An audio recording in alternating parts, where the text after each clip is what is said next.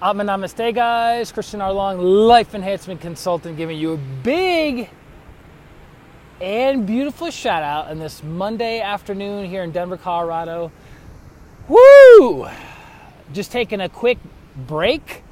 I just finished 25 minutes of rollerblading, my very first time for this season. And I found this beautiful little trail right behind my house. It's actually not a little trail, it's a trail that goes for miles and miles and miles and miles and miles.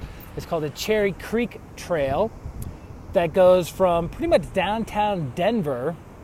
It goes, 15 miles out maybe to the Cherry Creek Reservoir. It's pretty intense. And back in the Dizzy, many moons ago when I was living closer to downtown, I would ride part of the Cherry Creek Trail, but I never took it all the way. I had a girlfriend of mine was always inviting me to go on a bike ride with her. Come on, let's go bike riding. Come on. And she was like the kind of girl that bike rides like 50 miles at a time. And I was like, I'd be lucky if I do 7 miles. That wouldn't be the case now, but whoo, it's good. It's super cute. It's right behind my house, about 3 blocks. Henry, Namaste. About 3 blocks behind my house, or in front of my house, depending upon how you look at it. And then on one side is a small county road, not a lot of traffic, relatively quiet. And then the other side is like a raging river. So you guys might be able to see it from here. Do you see the raging river? It's so beautiful. Super beautiful. So you have people hiking, not really hiking, but you have people walking, you have people running, you have people biking, rollerblading. I've only seen 2 other people rollerblading. Me and some woman in her probably mid-50s, super pretty woman, big bright smile on her face, very happy for what she was doing today. And then I saw this guy with like, Adriana, I'm gonna say this big guy, like heavy set guy, probably like 250, 275. He had like a big tattoo on his lower back, shaved head, and he was riding a bike, and he saw me and he pulled his bike off to the side. He goes, hey man, I want to trade. You get my bike, I get your blades, because he liked my roller blades. I said, well, I'm a 9.5, and he goes, that's the exact size that I am. So it was kind of a funny moment that him and I had with each other. And it was really funny. I was thinking about this, that I remember growing up in the 80s and early 90s when rollerblading was seen as an activity that only gay men would do. And I never quite understood that. I thought to myself, okay, great. They're wearing colorful shorts, short shorts. They have a fanny pack on, but they look like they're having an absolute blast. I go, why is having an absolute blast doing something that you enjoy and that's good for your physical body? Why is that gay? I always wondered that. And then I remember when I studied dance. I took dance. Dance was my minor in college. And so health and fitness was my major, and then dance was my minor at Springfield College in Springfield, Massachusetts. And I remember before I even went to college, when I was 17 years old, I started taking jazz and ballet classes by myself in this school where like the average age of the class that I was in was like 13-year-old girls. So 12, 13-year-old girls and a 17-year-old guy who doesn't know anything about jazz, anything about ballet, anything about modern dance, taking classes. And I really enjoyed it. And so I studied dance when I was in college. And it's really funny because when my son was older, my wife at the time enrolled him in a ballet class. And he had a problem with that. He's like, Dad, I don't like to do ballet, because there's nothing but girls in there. And I said, Gabriel, that's the very reason why you do ballet, is because there's only girls in there. There's an old saying that, why do people rob banks? Because that's where the money is. So why would a guy go and take a ballet class? Because that's where the girls are. Or why would a guy take a yoga class? Because that's where the girls are. Now, I took it for 2 reasons. I took it, 1, for the girls, and 2, because I really enjoyed dance. I enjoyed the physicality, I enjoyed the movement, I enjoyed listening to the rhythm and the tempo and making sure I could hit the beat. And it was interesting because when I took modern in college, I was very good at catching the beat and hearing the beat and hitting the beat. But then when I took Zouk about a year and a half, almost 2 years ago, which is the Brazilian couples dance form, it was harder for me to hear the beats for some reason, which is called musicality. And I remember our instructors in Denver, they did a 2-hour class on musicality. It was super, super interesting because when you hear music, you can dance to different parts of the song. So you can dance to the rhythm of the singer's voice. You can dance to the rhythm of a certain instrument. You can dance to the silence in between the instruments. So it's really, really cool. And then you can speed that up. You can do a quarter count, a half count, a normal count, 2 times count. It's super fun. So I miss my instructors. They're now in Orlando. Hopefully you guys are watching this.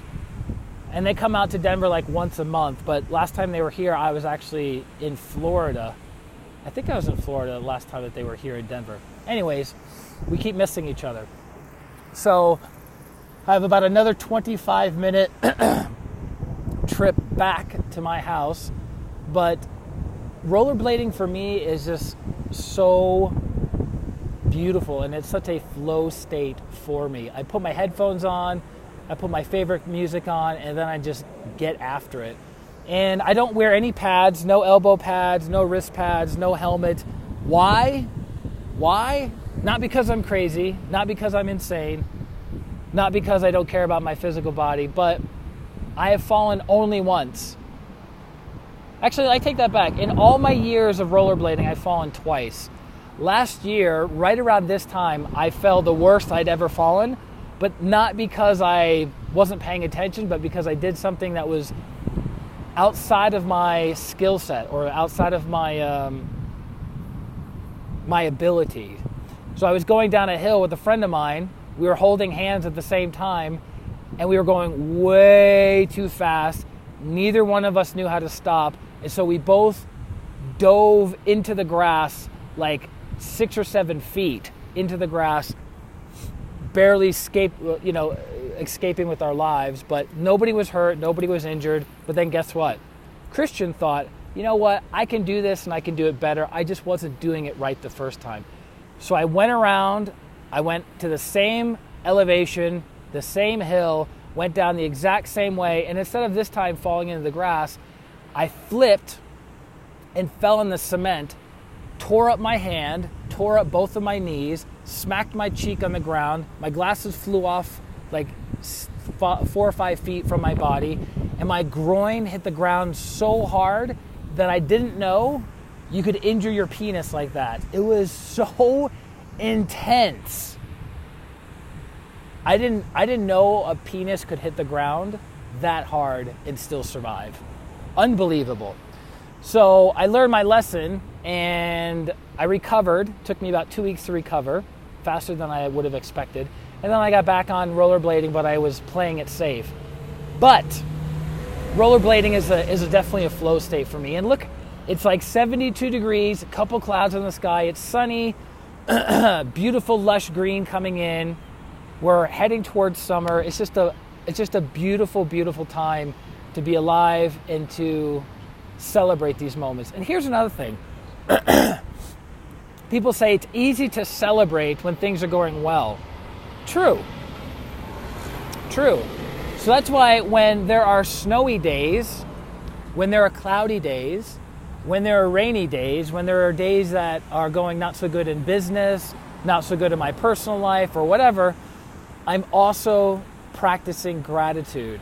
I'm practicing gratitude because I say to myself, all right, there's some beauty in this experience. There's some nugget of wisdom in this experience. There's some invaluable lesson in this experience. And this pain will not last forever.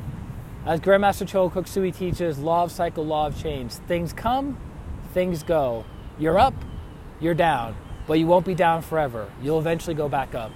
So it's a good reminder. But days like this, I want to celebrate. I want to be like, look how beautiful everything is. This part of the trail is obviously closed. Oh, hey, they're supposed to be finishing with the trail this month. Look, Cherry Creek Path at Elif, January to May 19th. So by the end of this month, that trail should be finished and we can keep moving forward. But the trail goes on for miles and miles and miles. It's pretty cool. So that's it, guys. I want to thank you for sharing your time with me. This is my opportunity of getting out there, mixing it up, cleansing the physical body of any disease, congested energies, doing my spiritual practice at home, getting ready for clients this evening. And speaking of, if you are in need of healing, physical healing, emotional healing, relationship healing, financial healing, you're looking for healing or clarity around your life's purpose, I cannot give you your life's purpose, but I absolutely unequivocally can help you gain clarity in what direction you want to move in accomplishing your life's purpose. So much love to each and every one of you for sharing your time and energy. Thank you for watching the replay. Thank you for sharing this with your friends and families on your personal Facebook page, your professional Facebook page, and I look forward to serving you in the very near future. If you're ready and inspired to get healing, go to ChristianRLong.com, ChristianRLong.com, and I look forward to serving you guys very, very soon. This is Christian R. Long, Life Enhancement Consultant, wishing you a beautiful day, a beautiful week, and a beautiful life. Atma, namaste. Bye-bye. Adriana, you're late to the party, girl. 2 Adrianas back to back. Hopefully you guys watch the replay. Love you. Bye-bye.